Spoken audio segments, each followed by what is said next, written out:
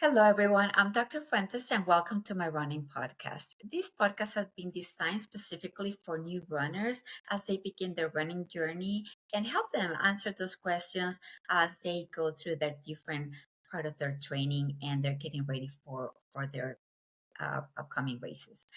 Here I will be inviting guests with different backgrounds and areas of expertise in the running world so we can answer those questions and help you become a better runner.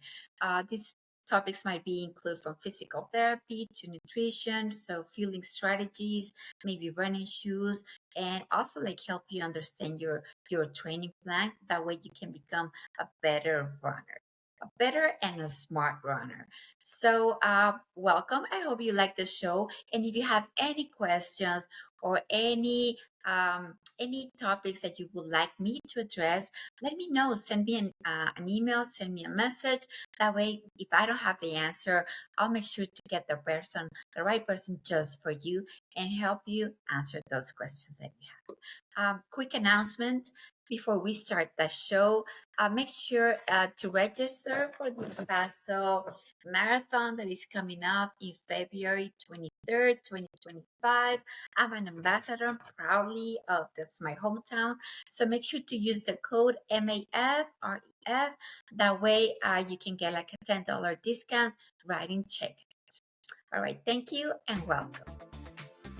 Good morning. I'm doing great. Thank you so much for having me. Well, I'm so happy to have you. I follow you, and like I was telling you right now, before like a recording process, this is the beauty of social media, that you get to connect with so amazing people, look what they're doing. I guess follow their journeys, observe how they're doing, learn from them. I think here and there, sometimes when like something is aching, I've been able like to, I'll ask you a couple of questions. You always help me out. So I feel very lucky. You're like one of these top people that I have like on Instagram. I'm like so fortunate to have met you through that way, social media. It's great. Technology is amazing, and even able to do a podcast far apart in Texas, because Texas is big, so we're pretty good distance apart, and so now we can still have this communication and help each other and help other runners. It's amazing. I love it. And have you run? I know you're like close to Austin, so have you run Austin Marathon? Yes, I did Austin this February. So that was. How was it? Oh, it's great. So the first part of Austin is really hilly. The first half is, they definitely put it all in the first part of the race. But then the backside is pretty chill, and you just come to mile 26 and you're like, why did they put a hill here at mile 26? Weren't they being nice to us for these last like 13 miles? So yeah, it's a great race, very well supported, some amazing spectators. So it's a fun event. Highly recommended if you want to challenge yourself with a hilly race that's not net downhill. It is definitely not like definitely okay. One for the You're faint like, of heart. If you wanted to BQ, go somewhere else. Yeah, if you BQ on that course, you definitely deserve Boston, and you will soar through Boston pretty well. So awesome. Yeah, it's a fun race. Enjoyed it. I'm still too far away, and they keep cutting those numbers like every single year. So it keeps like looking farther away. So yes, it keeps changing, but so many applicants. So you think of all of the ones going to the majors, and you're just like, oh my goodness, this is this crazy record number of people that they've got to put on the street. It's absolutely astounding and really cool to see the running community just growing and expanding, and which is amazing because we love this sport, and for more people to be able to participate, it's great. Yeah, I hear in El Paso, certainly like that community, the running groups have been growing so much. I'm like, what is happening? Like, you don't see these running groups of like just 5-10 people. It's just these masses of run clubs you see here in El Paso. It's just this year of running groups like here, it has just been overwhelming. It's like amazing. So it's pretty cool. It is. So Amber, help us. I see. Hello, everyone. Welcome back to this running podcast. I'm so happy to have you here back with me.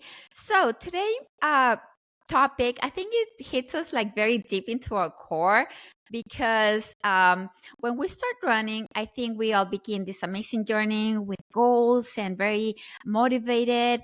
And certainly because I think it's very common, especially for beginning, for new runners, we start this running journey. We start like increasing miles. We start like working, trying to go like really fast. Very soon, start to register so many races here and there because we feel like very motivated, and we have that happiness that it brings us, that joy, right? That compensation that we feel like after we see that progress in our running journey. But suddenly, in that moment, sooner than later, we suddenly develop an injury and everything just halts, right? Everything stops. It not only affects our progress, but it also had like a lot of impact on our emotional state, mental health, because we just can't run, right? We don't know what we're doing wrong. And of course, well, it had like a great impact in us. And to answer a lot of those questions, I think it's very important to have a physical therapist here with us to help us, how can we improve our running form? How can we improve our running overall so we can prevent these injuries and we can continue running for a very long time. So let me introduce you to Dr. Amber Lowe. I'm very happy to talk about her, and let me brag you about her, okay? Because I don't have just any guest in here. Let me give you like an introduction about Dr. Amber. So Dr. Amber, she's a physical therapist, doctor of physical therapy. She's board certified by the Orthopedic Certified Special in here in Texas. She's also like a fellow certified by the Fellow Academy of Orthopedic Manual Physical Therapist. She's of course a runner. I think it's very important that we have like a runner physical therapist. She's also like a coach, a running coach here in Hutto, Texas, which is in the north past of Austin, Texas. So Amber completed her doctoral degree in physical therapy back in 2012 from Belmont University. Her fellowship through IAR in 2016, and also became an Orthopedic Board Certified Specialist in June of 2018. In January 24, Dr. Amber completed her Level 1 and 2 Running Gait Analyst Certifications and offers 3D running analysis. You should definitely check the cool stuff that she does on Instagram. Performative physical therapy and running coach was born in 2020 with the goal of providing a higher standard of care for patients and clients. Amber has been able to do this by providing one-on-one sessions that focus on the patient's needs, manual therapy, improve their movement, and ensuring that all questions are answered. She currently treats out in Hutto Fitness Center. From a running perspective, Amber has been running since 2006 when she joined the cross country and track field team at Texas Lutheran University. Since that time, Amber has run 2 full marathons, 1 Tough Mudder 25 plus half marathons, and a known number of 5K, turkey trails, and all the likes. So, Amber, you're a rock star. How are you, Amber? Yes. Help us. So, why do we get injured so fast? I guess it's mostly in new runners that I see mostly happening. New runners are definitely at a higher risk for a running related injury. Like you mentioned, they don't have experience. They don't know, when is a good time to stop? Do I feel this and I need to stop? They don't know how much is a good weekly mileage. So one of the major things that we see with new runners when they come in and they're like, God, I'm starting to have the shin splint, or I'm starting to have knee pain. One of the first questions I ask them is, tell me about your training. What have you been doing?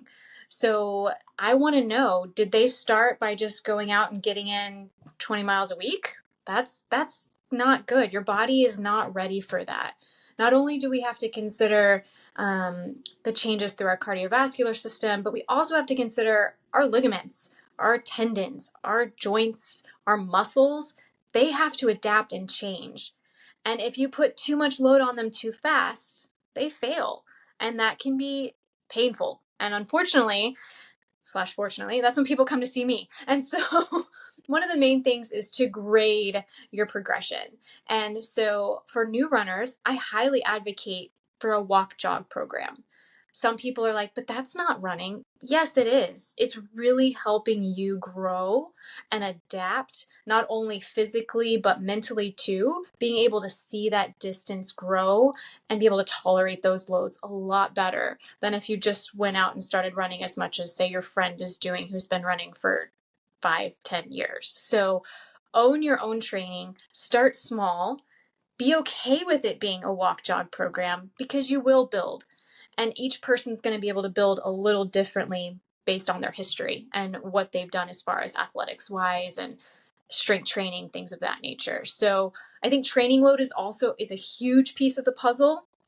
Another thing is also like running form, because a lot of times we'll see that if you change one aspect, it's going to make you more efficient. It's going to take load off of your body, and it's going to really help if you're having pain to take that pain away. So running form is also a key factor to consider. Like you mentioned, the 3D analysis.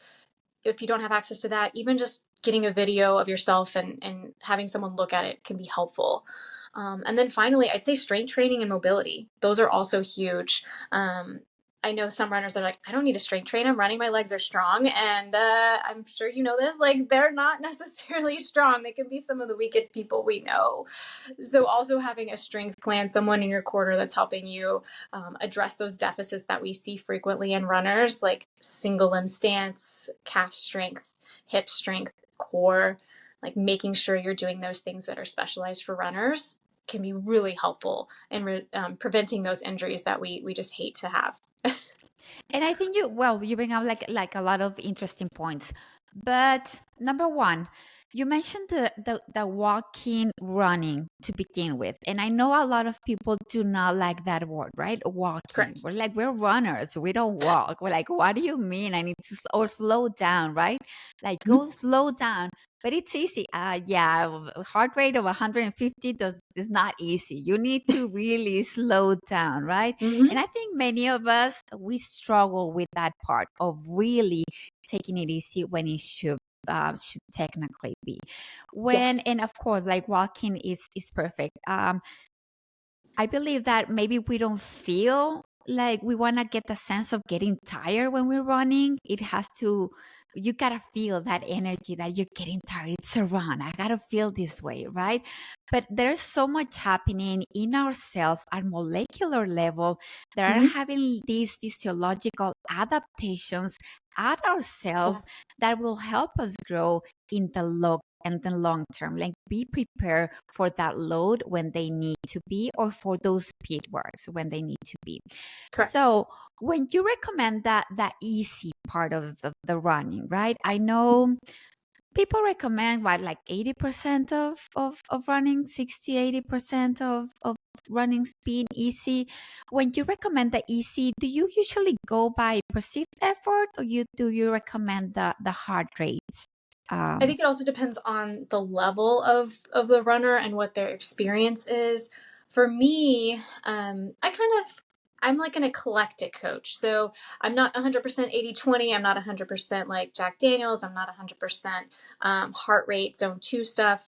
So it's all dependent on the athlete and what their performance needs to be like and what they look like. So if I was to give a basic example, 80/20 is a great baseline for people. But I've also noticed that sometimes for those people that only do, say, 2 or 3 runs a week, Mhm. we can bump up that intensity a little bit more to get those changes, like you mentioned. So Okay. it may be a little different division of the speed work versus easy work, but definitely for getting started, being a new runner, easy paces are helpful. Like you mentioned, those physiological changes are happening. We're getting those changes in our mitochondria and our muscle spindle. Like everything is changing. So it's really important to know that you are making changes. You are seeing things that are changing in your body. So you may feel like you're really slow, and you're like, I don't want to post this on Yeah, yeah, Strava, yeah. but like you're changing things, you're doing something. So be proud of that, own that, and really be able to say that, hey guys, I maybe look slow to you guys right now, but think of all the cool things I'm doing in me at the moment that are, like you mentioned, going to help me down the road. So easy running definitely is a great way to start. But then as you get more experience, and that's when you can really start changing with the intensity of the workouts and the mileage and things of that nature. Okay. So, and now that we're talking about that, I know when we're talking about increasing mileage, there's Mm-hmm. the typical 10% rule, right? But do you follow that 10% rule? I know some coaches are like pro, kind of like not so much aware, because if you have like a big mileage, obviously you're gonna increase like faster. You have like lower, you're gonna take Right. forever. So kind of like the 10, like 10% like relative is, I don't know. How do you feel about? Yes, I think that's an excellent question. So for newer runners, when we're starting with such small mileage, I look more at just overall distance for the Okay. week. On the program that I use, VDOT, it'll show like weekly mileage at the end, and I like to compare and see what the progression is over the whole month and see where we're at before a down training week. But yeah, overall mileage is what I look at more for like what is our actual weekly number, because I want to see them change from maybe like 5 to 8. So that's not necessarily 10%, but we can see those changes. Also for newer runners, looking at what the specific day is, right? So let's say they're doing 30 minutes here, 30 minutes here, and 45. So I also break down what does it look like each day and how are we building into each of those each week. Okay. That's a little complicated sounding. But breaking it down, but also looking at the whole. So 10%, I don't really play with so much for new people. As we get more experience, I feel like sometimes I can even go above that depending on where we are in training cycle and how much mileage their body is used to. Also considering the distance of the run as well. So you've got, of course, a 5K all the way to a 100-miler. Like those are going to be completely different in regards to the 10% rule Okay. of Yeah. Yeah. Yeah. mileage increase. So experience level, what they've done before as far as races, and just the distance of the race, the time they're going to be on their feet are also factors that go into that. I think for a novice runner, if you're trying to do it on your own, 10% can be a nice way to just have a standard. But when you work with a coach, there should be more factors that are taken into consideration than, okay, I ran 10 miles, now I can run 11. Like there should be more Okay. consideration into other factors of the week. And as a physical therapist, how long does it take our muscles to adapt to that new mileage increase? Yep. Is it fast? Is it 3 weeks? Is it a month? Yeah, so I think of kind of like a strength piece. So when we start with like neuromuscular control and learning and motor control, that's going to take like a couple weeks. Like we start to see those neurons firing better. We get that movement a little bit, but then you're starting to see changes over like the next 12 weeks. Things are going to take time to build and to grow and to adapt. So quick neuro changes happen first, and then we see those specific changes in the muscle over the next like 12 weeks. And then like cardiovascular changes even longer to build that VO2 max and other indicators of like cardiovascular fitness. Okay, so you will suggest that about 3 weeks, it's like about like a good number to adapt to mileage, and then do you then like go for a recovery week and then go for that mileage increase, or how do you do that transition? Yeah, so I like to do for new runners, every fourth week is a little bit of a down training week. So we're not going to change a stimulus. We're going to allow them to really just do things they've done before. Okay. See that success, see that growth at that 4 week mark, and then we can build from there for the next 3 weeks.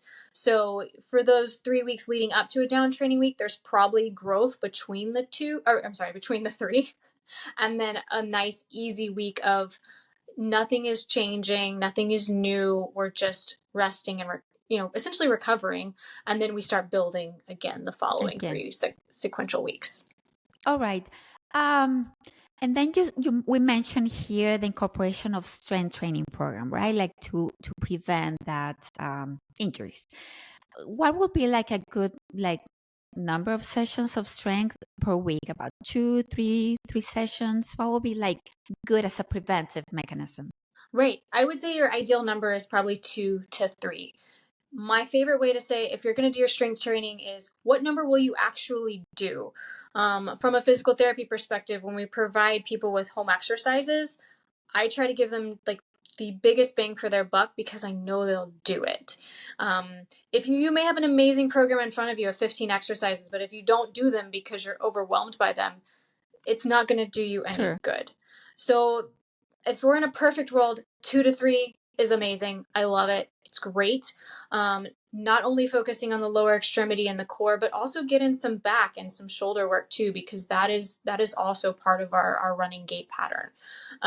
Balance is also crucial there too. So 2 to 3 times a week would be what I would say would be great. But if you have a busy life, you've got like multiple kids, you've got a job, you've got a family, I get it. Like get in one solid day. But make sure you've got the best stuff on your plate to do. Okay, should we focus on like the form of the workout, do it correctly? Should we focus on weight, getting more like stronger?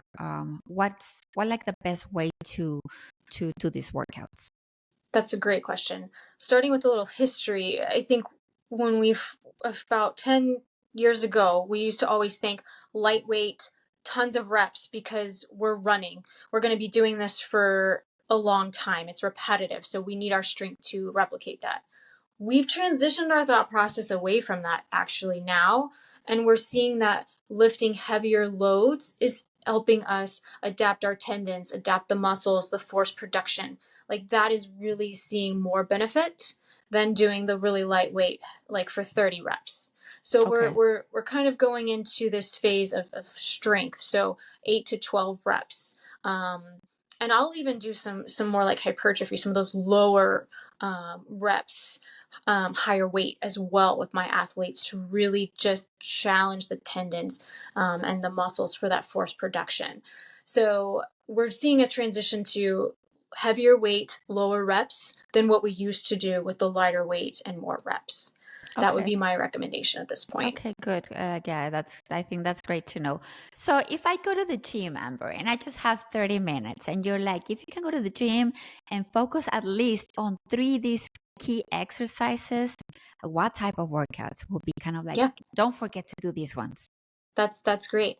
There's a couple on my YouTube channel. So if anybody wants to go to Performative PT on YouTube, I do have some. And I'll make sure to put like the links to your website and your YouTube so people can follow them. Yeah. I always like to say my favorite exercise, which is the Running Man. Not a common like one you'd see people do at the gym. It's not like a squat, a deadlift, or whatever. But the Running Man is one of my favorite exercises. And basically it incorporates standing on one leg. You get a row with your arm. You get some hip flexion on the leg that's not on the ground. So it replicates the running pattern. It gets the single limb stance. It gets the glutes activated. It gets the lats activated. That's one of my favorite exercises for runners. So I know we can't really describe it so well on a podcast right now, but I highly recommend looking at that exercise because it's my favorite. It's one I give to work so many aspects of the running body. But also I like the leg press for runners because we need some good quad strength. It's amazing how many weak quads I will see in runners. So quad strength is also crucial. You can do that with a squat. You can do that with the leg press. I would say you could do either of those as far as that goes. And then I actually like an RDL or a deadlift. Okay. Be careful with your form. There's a lot of things that people do incorrectly there. The hip hinge is crucial, and I feel like some people do that incorrectly. I see nodding there. Like yes. So yes, RDLs, deadlifts, you can work those into single leg as well once you have the control. But it really works the posterior chain or the glutes, the hamstrings, all those muscles on the back that can really give us some good help when we're running. All right. So very good. Thank you so much for that information. Okay. So we are running and suddenly I feel pain, right? I feel pain. When is it at the time that I need to stop? I need to slow down, or when is the time that you need to pay attention and actually go and look for a PT or a doctor? If you ask me, every time that something hurts now, I run to the PT. I'm a frequent flyer to PT. I should have like my VIP card already. Like something here, I was like, no, help me. Like before I feel like sometimes it's just a matter of looking some specific workouts that like you don't do at the gym, but they're like very these subtle movements that you learn with PTs that Mhm. make like such a big difference. But okay, going back to the question, Amber, when is it, you know what, it's time for you to go and look for PT and look for some help?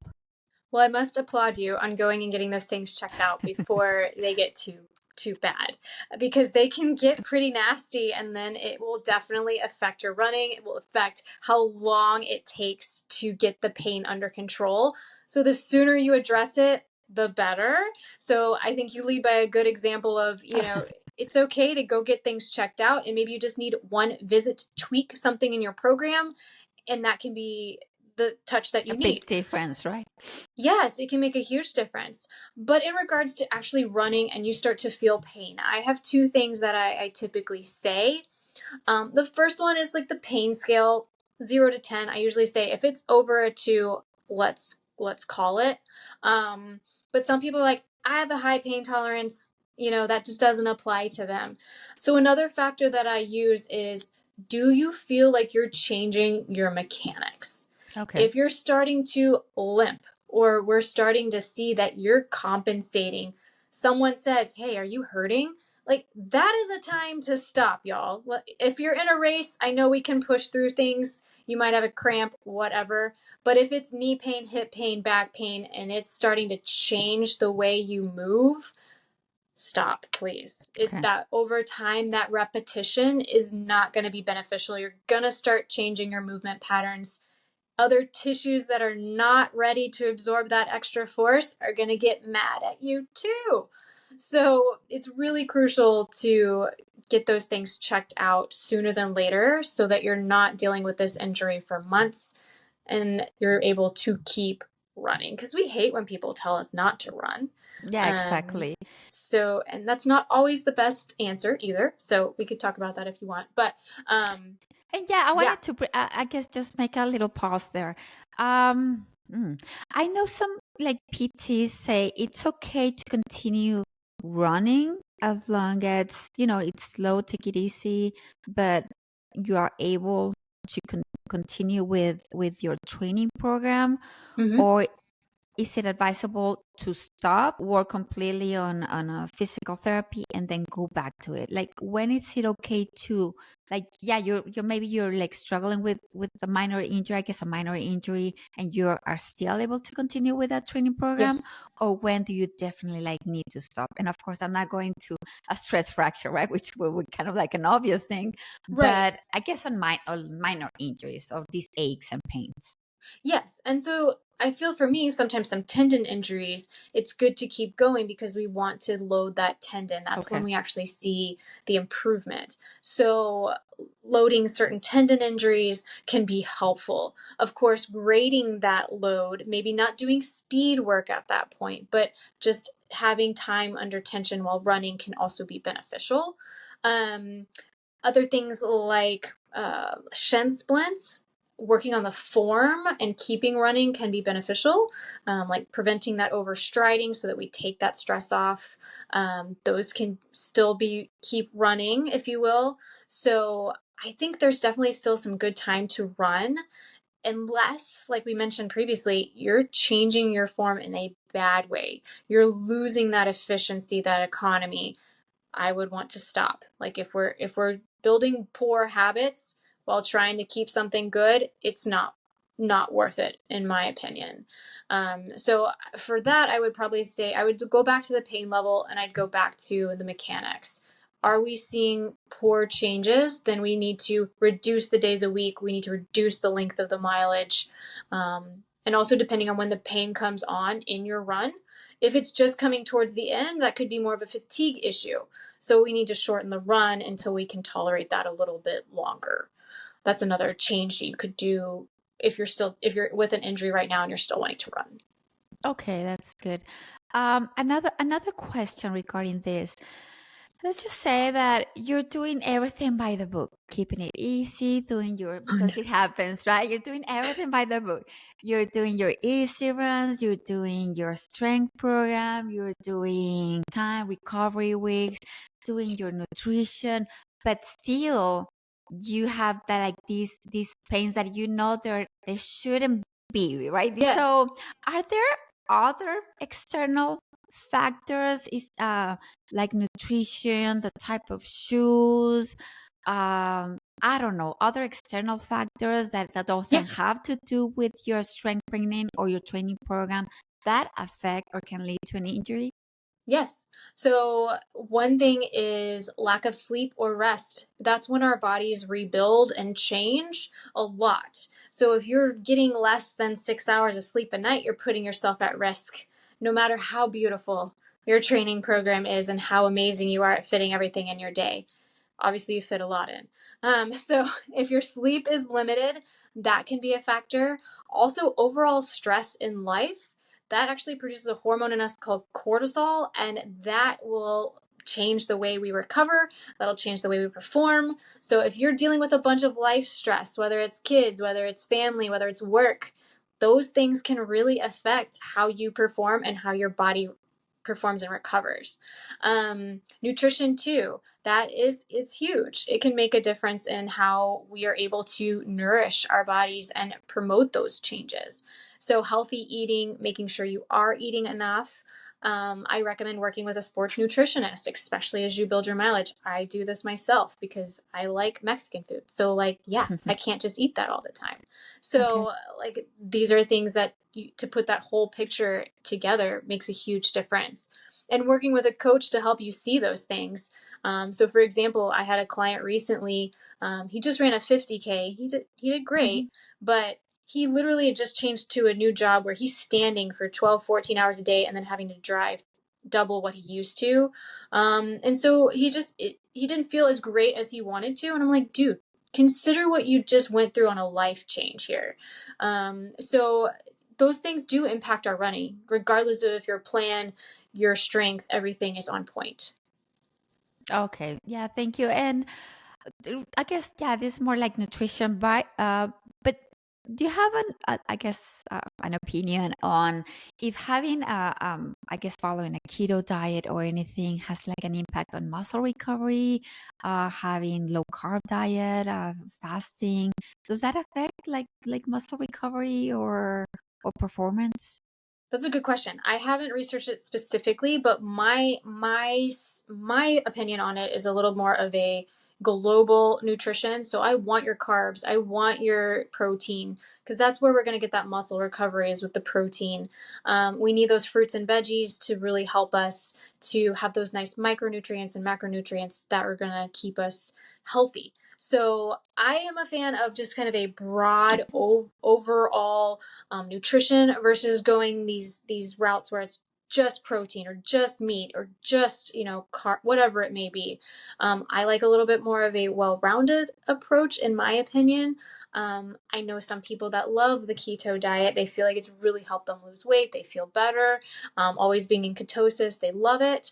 But as far as the science on the actual recovery, I haven't looked into that to give you I don't feel like I could give you a good answer that would No, no, be that's good. And I know I persuasive. went through this.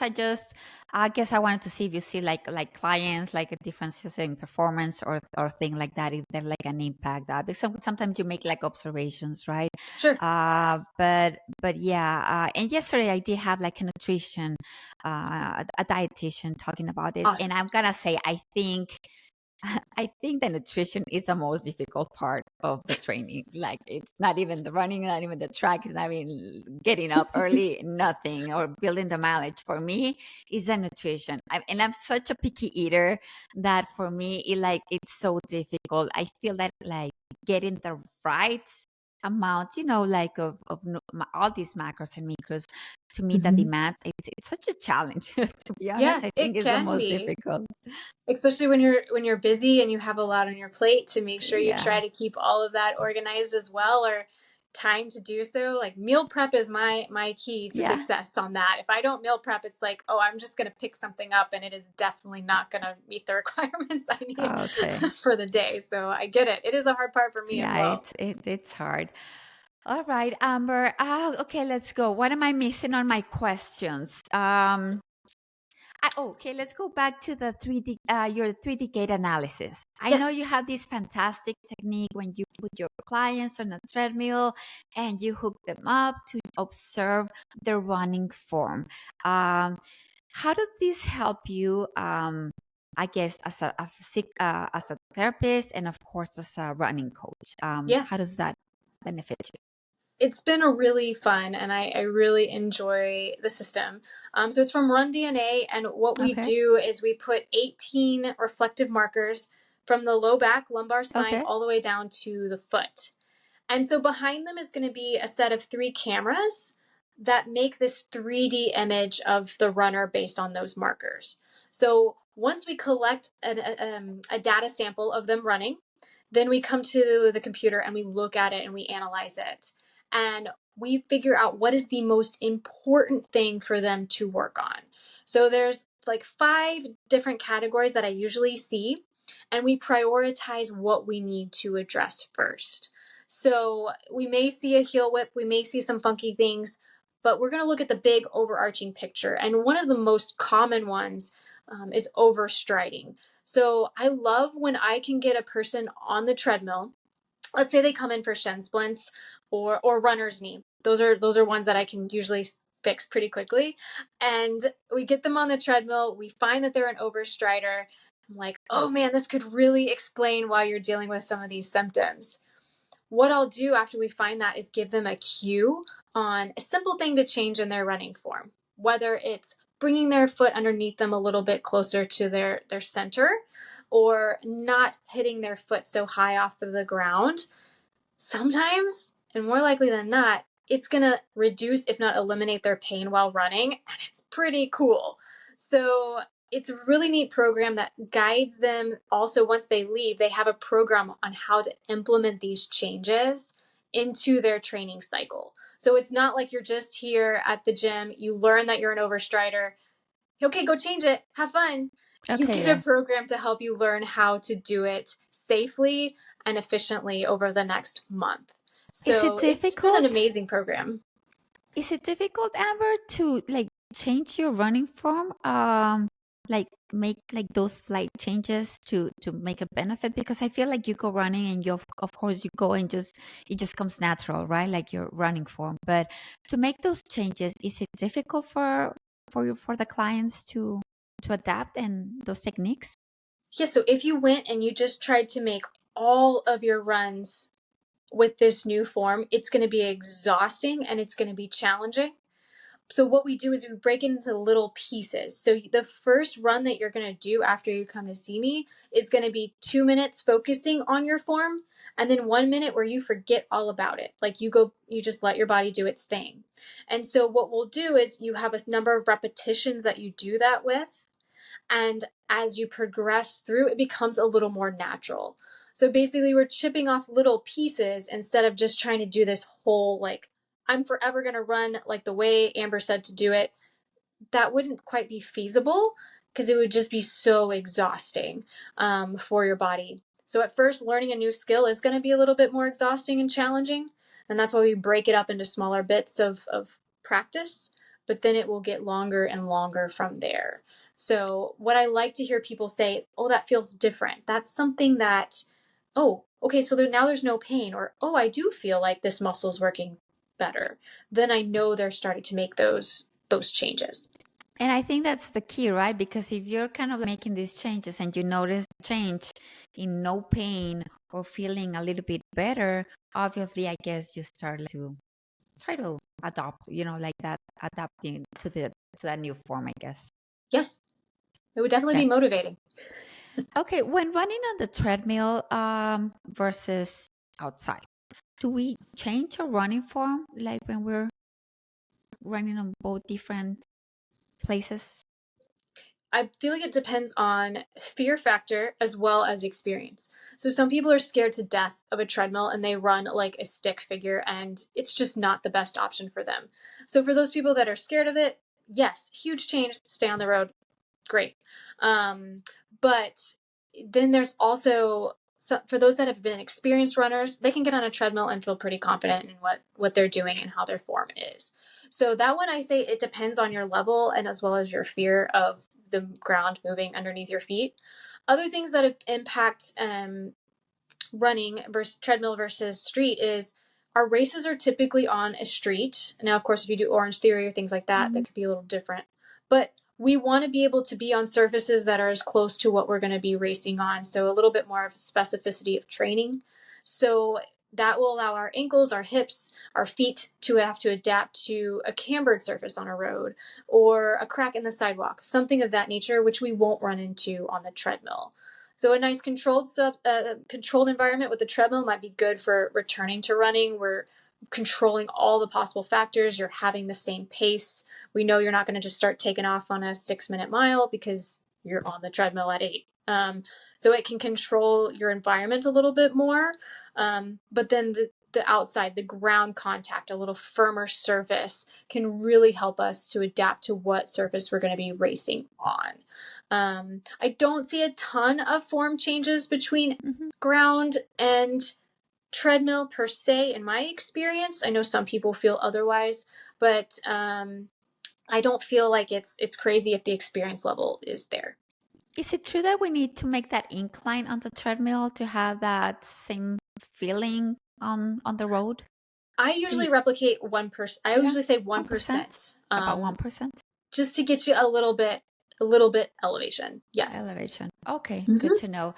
I guess going back to the gait analysis as well, does this help you also like to make it, focus on what muscles to work on as part of the strengthening program to improve that form?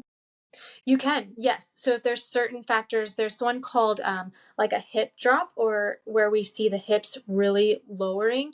That can indicate that we need to work on a lot of single limb stance, getting the hips stronger. So certain areas that we will see deficient with that, that's one of the main weakness factors, is that pelvic drop. So working a lot on the glute area, the hip abductors, the core stabilizers, those are going to be huge areas. Another thing that I also do is a running readiness assessment, which looks at your strength, looks at your mobility, and then we put together the program that's the best benefit for you. So those two in combination really give you an amazing program to know what deficits you have, what you need to work on. That's going to help you run for as long as we possibly can. Is it 100% injury risk reduction? No. But it definitely gives you a really good fighting chance on not having any injuries and pain in the future. Awesome.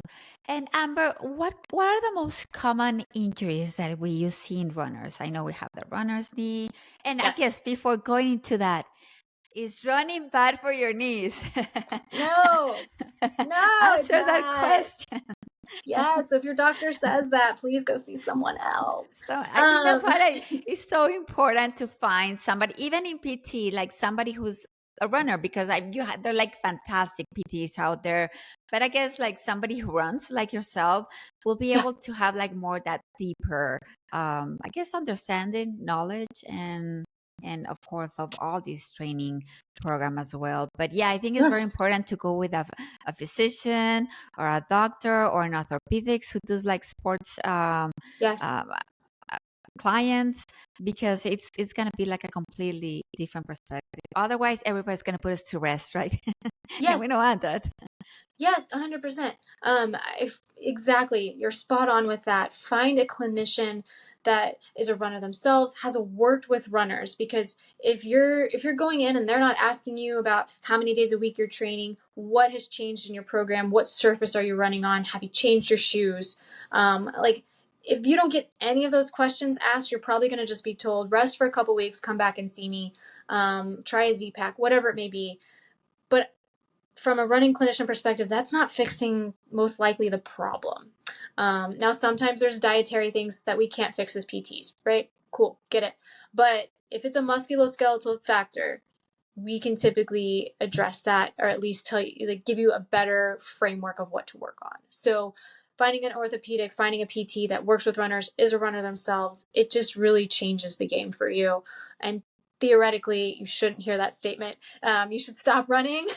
And mostly because I think it had like such an impact in our like mental and emotional like state, and you get into, you just fall like into depression, like get affected. You're like, I won't be able to do that. Especially if the doctor is telling you you're gonna have to find like a completely different activity. You're gonna give up running. So instead of actually like helping you navigate like through an injury and help you recover and get you back on track, so it can be kind of like a negative experience for Yeah. most of us. I think. Oh Um, yeah, that would be devastating to not be able to run, and that's, we spend a lot of time out there, and a lot of money. and a lot of money. A Yes. lot of money, right? Yes, Right. exactly. All But right, also Amber. finding, Okay. yeah, that running clinician that knows, like, if you trust them that they're going to give you the best like information when they say you shouldn't run, that means something's wrong, and like we really need to take that into account, because as a running coach and a PT, I don't want to tell you not run, but if I do say so, I really have a good reason behind it. Like, and so there's that as well. Okay, so let's go back a little bit for the injury. So I go and notice I have an injury because it hurts, right? Okay. While I figure out who to reach out for help or a PT and look at what to do, what things can I do at home at least to help me in that moment while I know what's going on or figure out what will my next step be? Well, what's interesting, this is kind of one of those history versus now things as well, like we talked Mhm. about previously. But, before we used to ice, we used to take, NSAIDs. That was like how you do it. I ice it, it's an injury, put some ice on it, take some Advil, and then rest, compress, those sort of things. We're seeing a transition now in what we'd recommend for people dealing with injuries at this point. We don't necessarily advise ice anymore like we Okay. used to, and we actually want to see some of that inflammation occur. So, not taking Advil, taking Tylenol for pain. If your doctor approves it, your body's fine with it, those sort of things, that disclaimer. But, a little bit of relative rest can be good. So instead of going for a 20-mile run, maybe you just do a 10-mile run. Just being smart about the stresses that you're placing on the tissue. One person reached out to me last week and were like, okay, so can I ice this injury that I've had for a week or so? I'm like, if it feels good, go for it. If you feel like, you mentioned, like, how do I get some relief? Okay, if you feel relief with ice, go for it. Do I feel like it's actually going to improve your healing process? Not necessarily, but if we can make you feel better in the moment, by all means, please utilize that modality. So we're getting away from that older school mentality and changing it into, let the body go through its healing response. Don't overstress it, but allow it to do its healing. And then, of course, you're looking for your physician, you're looking for your PT in that time, while you're dealing with that. Okay, good to know. Thank you so much about that information. So, I guess Amber, we still have like 5 minutes. I have like so many questions. I want to ask like 1,000 questions. So I'm gonna make this podcast like 3-hour podcast. You're Let's like, get no. lunch. Hold on. Yes. Okay. So, what are the most typical injuries that you see in runners? Yeah, so the most typical one I'd say is runner's knee. All right, so Okay. that falls into a whole host of actual like things, whether it's patellofemoral pain syndrome. I even sometimes put IT band in there, patellar tendinopathy, quad tendon issues. Those are like, runner's knee is one of the most common things I treat, and thankfully the knee is my favorite joint, so that works out well. Other things that are common would be shin splints. Those are very, very common. And like we mentioned, newer runners, that's an injury or pain that pops up frequently. Okay. So that is one that's super common for new runners. And then I'd probably go with hip pain, whether it's a bursitis, if you've heard that word, a tendinopathy in the hip, or like a sprained tendon, sprained muscle. Like those are, strained muscle. God, I can't speak. So those are some of the common areas that I would see in athletes when they come to see me. I'd say those are the most common. Also, back pain is actually one of the issues that I will see as well for runners too. Okay. And why the joints? Why is it like mostly affected? Can you explain, I guess, to our listeners?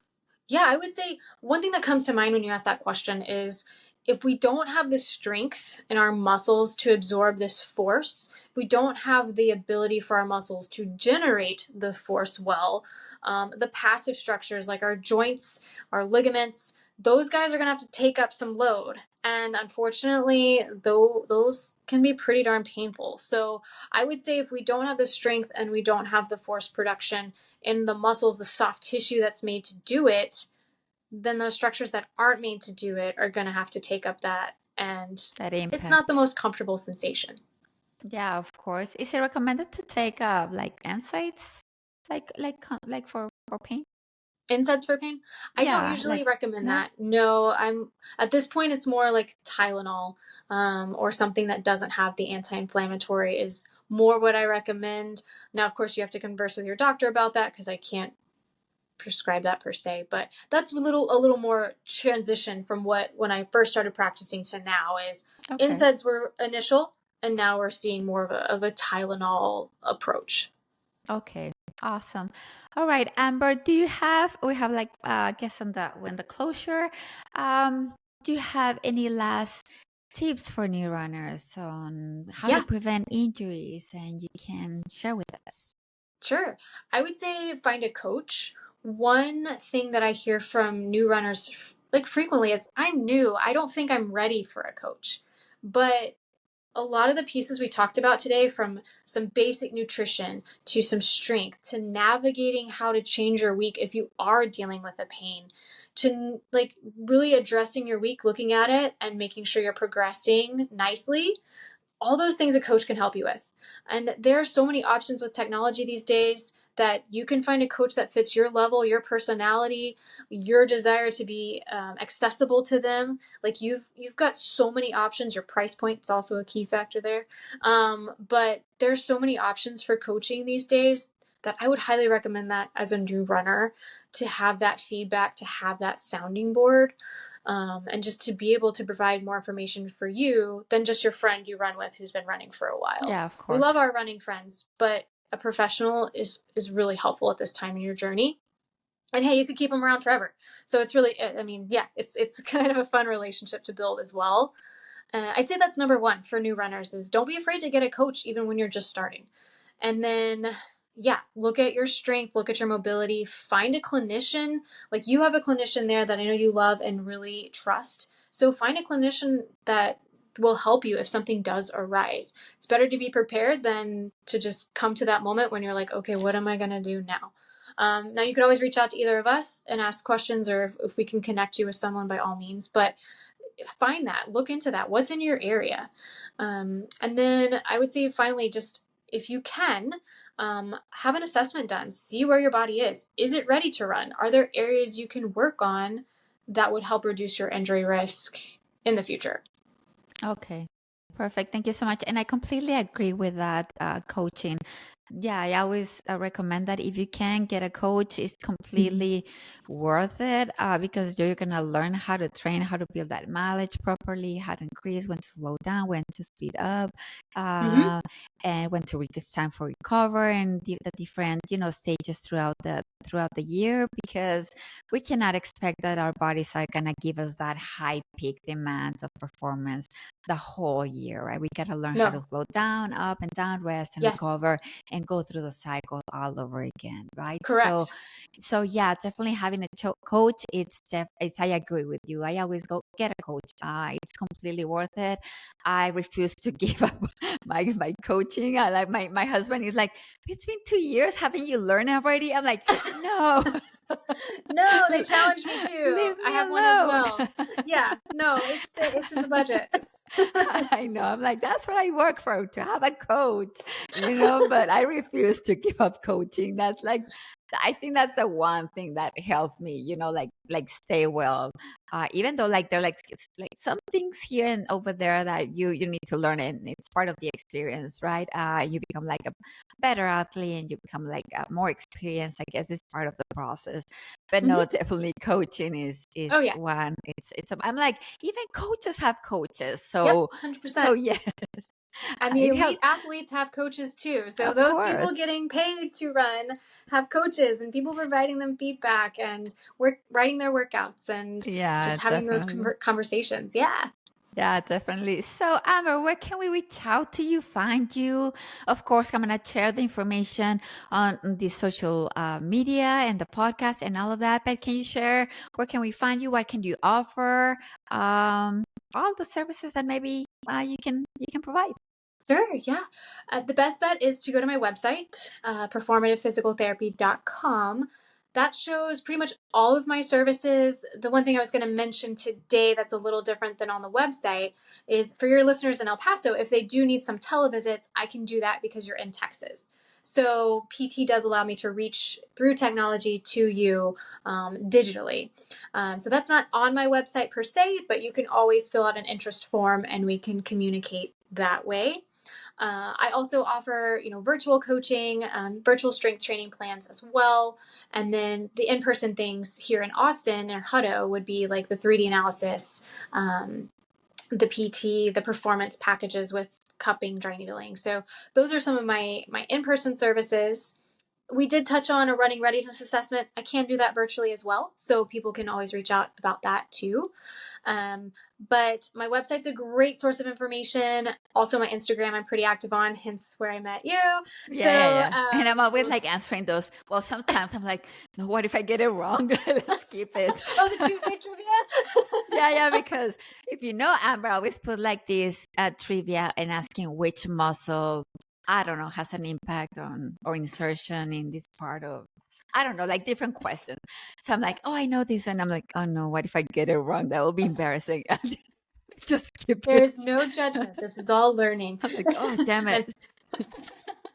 Yes, I will get comments. Oh, darn it, I put the wrong answer. Oh, I picked this one. But for me, I'm like an anatomy and physiology like professor, so I cannot get it wrong, Amber. PTs will do the same thing. They'll be Damn like, it. oh man, I should have known that.